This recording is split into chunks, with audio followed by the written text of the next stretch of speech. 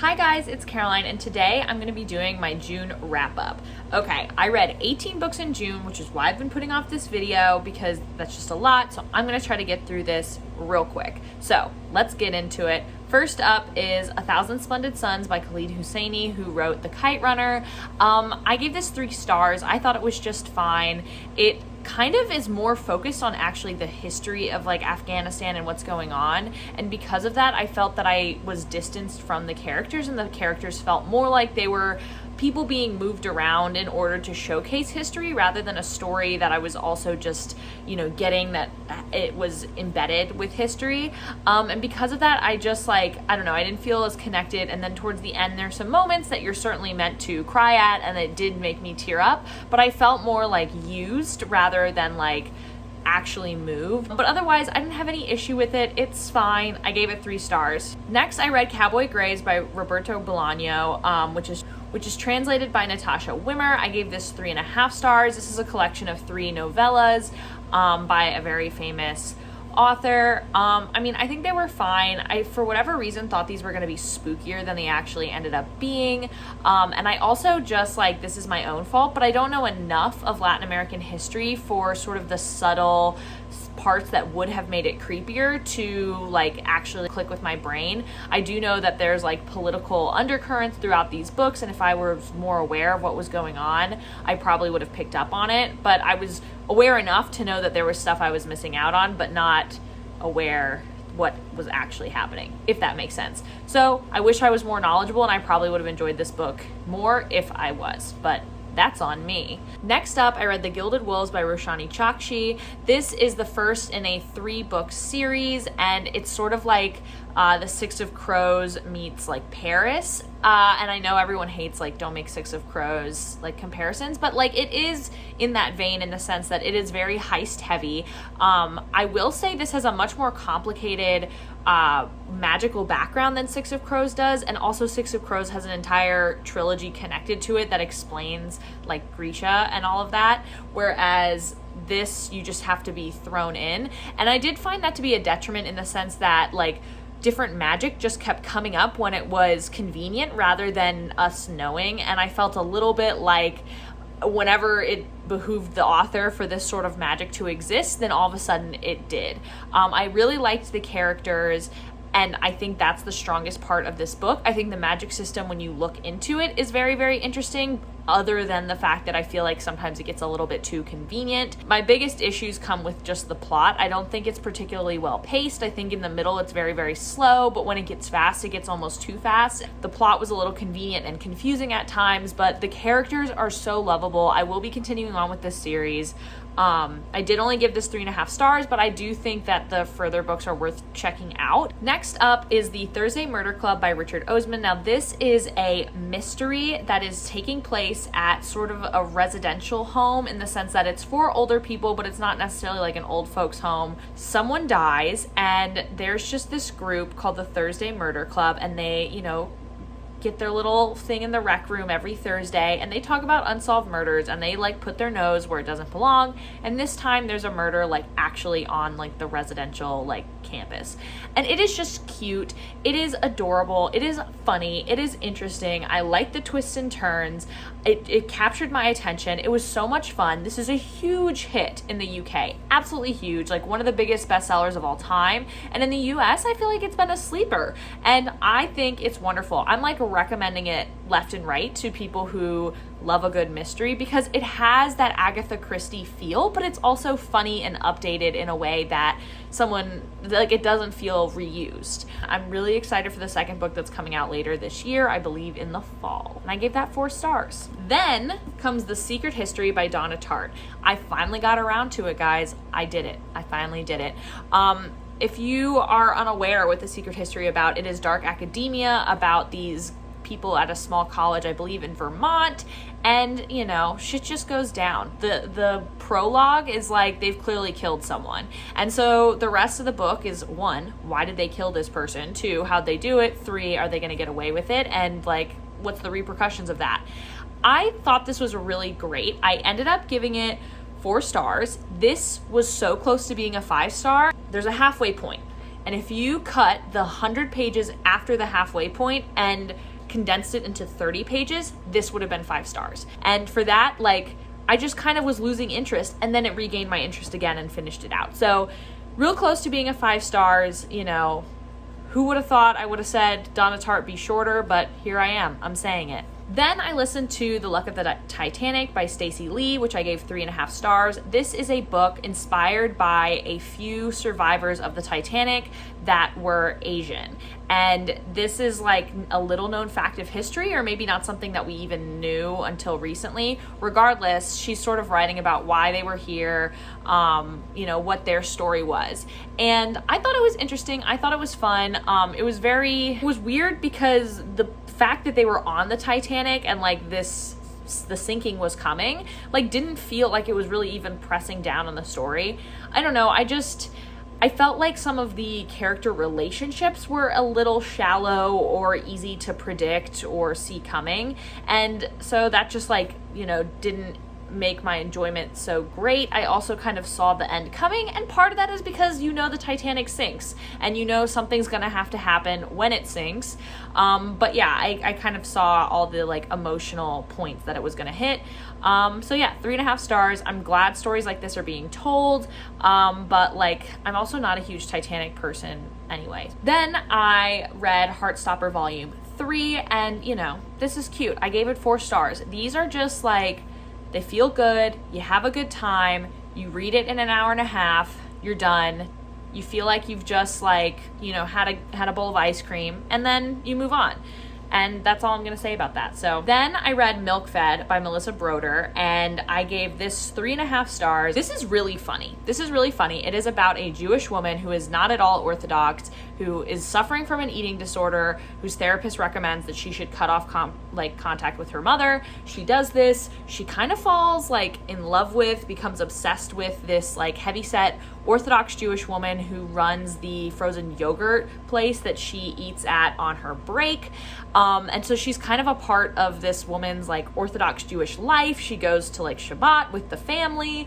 But also this woman is like eating all the time. And so it's sort of about that. I think that on one hand it was funny and I really liked that. The sex and the sex scenes, just like in her other book, The Pisces, were too much for me. And I don't mean to be prudish, and maybe you think I am, because I do say this sometimes about sex scenes, but like, she goes balls to the wall. And like, in a way that makes me deeply uncomfortable, because she's just like, I don't know, she's just saying stuff like, you know, I want to smell her shit, and, you know, just like going a little bit too far. It's not just like, oh, it's graphic sex. She's really going in there. I also think she only kind of half touches on a lot of important issues. I also don't know that this has a deeply satisfying conclusion.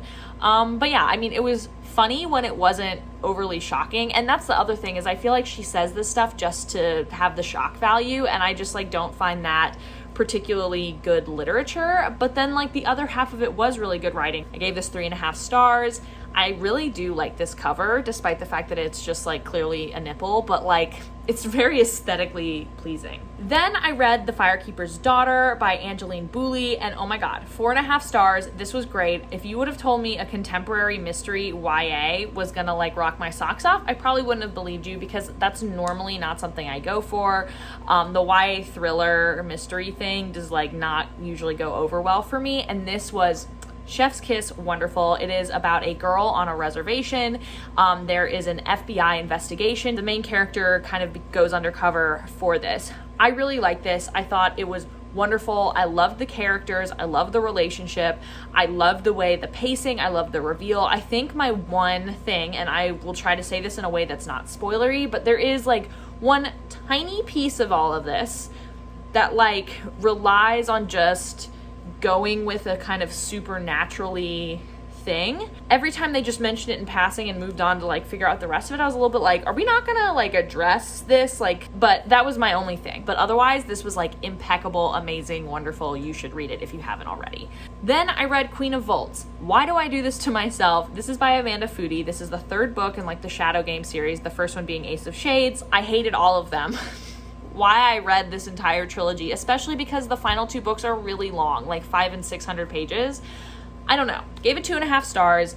it's like Riverdale, but like supernatural and like in a Vegas fantasy setting, if that makes any sense whatsoever. It's just all over the place. You just feel like she was throwing darts at a board.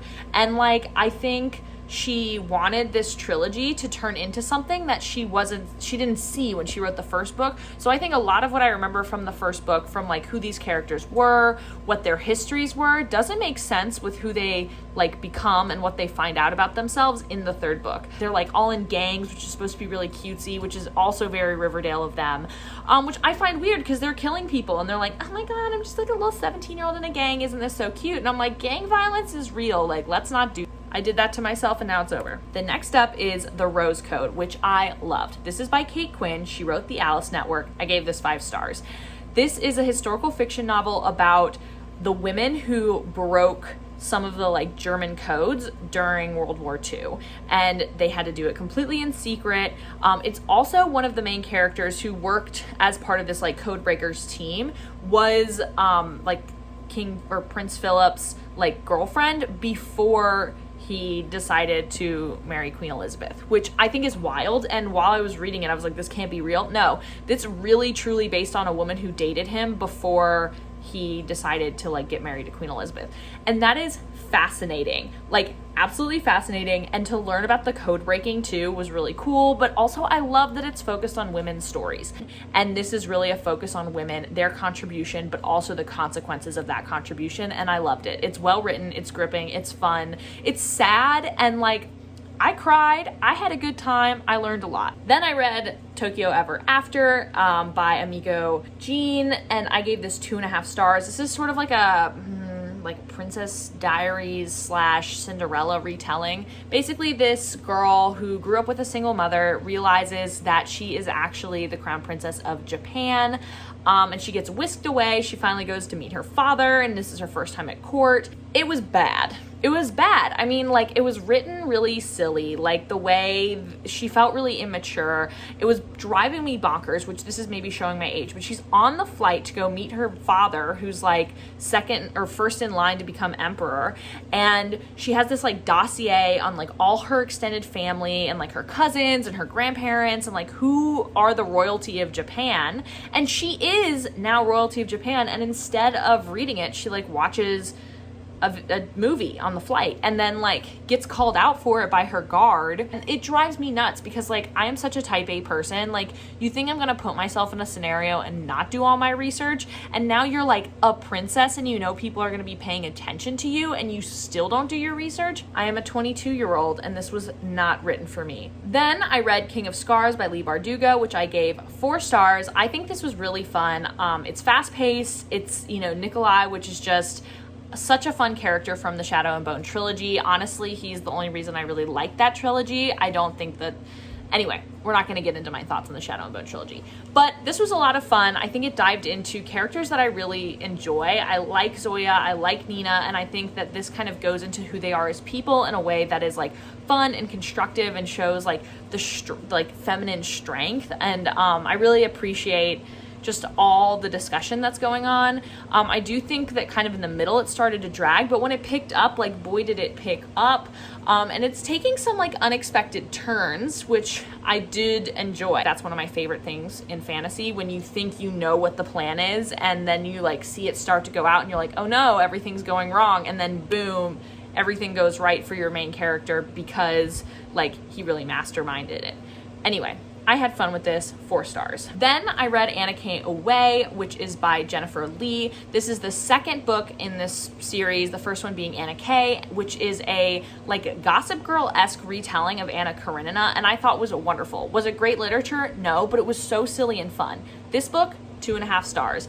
Basically, it kept like the vapid nature of that first book, but without, 1, the fun of being built on Anna Karenina, and 2, the novelty of like this being the first time we're being introduced to these characters. I mean, it was just hard to watch. There was too much going on. Now that I don't care about seeing how they're gonna do a modern version of Anna Karenina. Like, I don't care about your boyfriend troubles because you are so annoying. You know, you don't read past the first one. The second one is not worth your time. Then I listened to Shakespeare in a Divided America by James Shapiro, which I gave 3.5 stars. I did find this interesting. It's about different moments, I think 8, in American history in which Shakespeare like played a role or was a heavy influence, and I think they're interesting. Some of the moments in history are, you know, cooler than others, and like resonated more. I'm just like ready to start hearing more of this criticism, especially in like big books like this that are really pushed heavily by publishers, for those to be written by women or by people of color,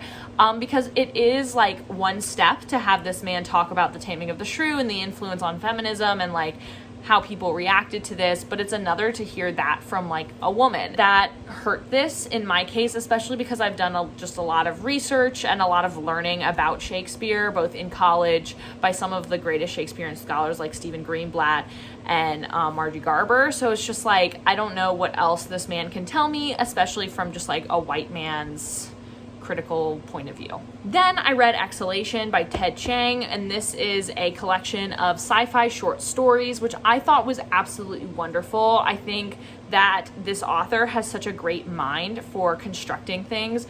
I'd say my favorite one is there's a short story all about the idea that we could have like almost sort of like pets that you would train from very young, and you would teach them how to speak, and then you could teach them how to read and write. So they were like pets, but they were almost sort of like children, and sort of the ethics of having an AI that you could like learn to really love like that.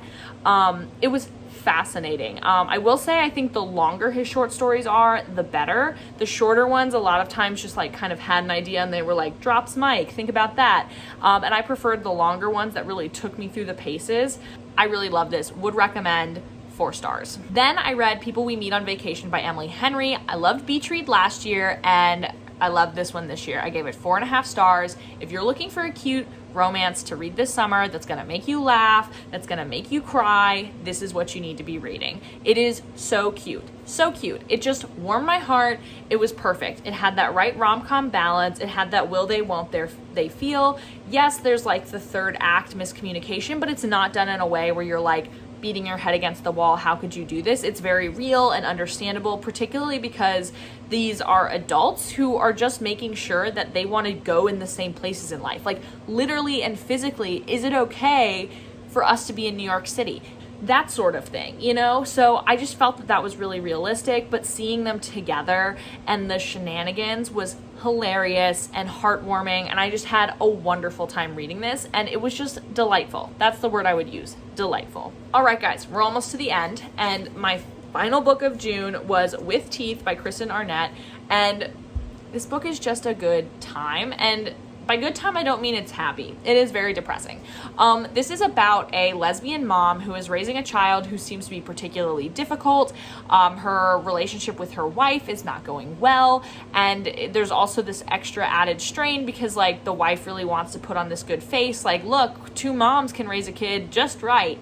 And it's really interesting. It's a lot about parenting, about like being queer, but also just relationships and getting older and all of that. And I thought that it was really well written. I think my favorite part actually is that after most chapters, there is a small little vignette from the point of view of someone else. And so the majority of this book is written from the point of view of the one mother. And you kind of see, despite the fact that she does a lot of blaming of other people, that when other people view her, you kind of get a different angle and you realize some stuff about her that you like maybe weren't clocking because it was from her point of view, which I think is fascinating. I love that like point of view shift.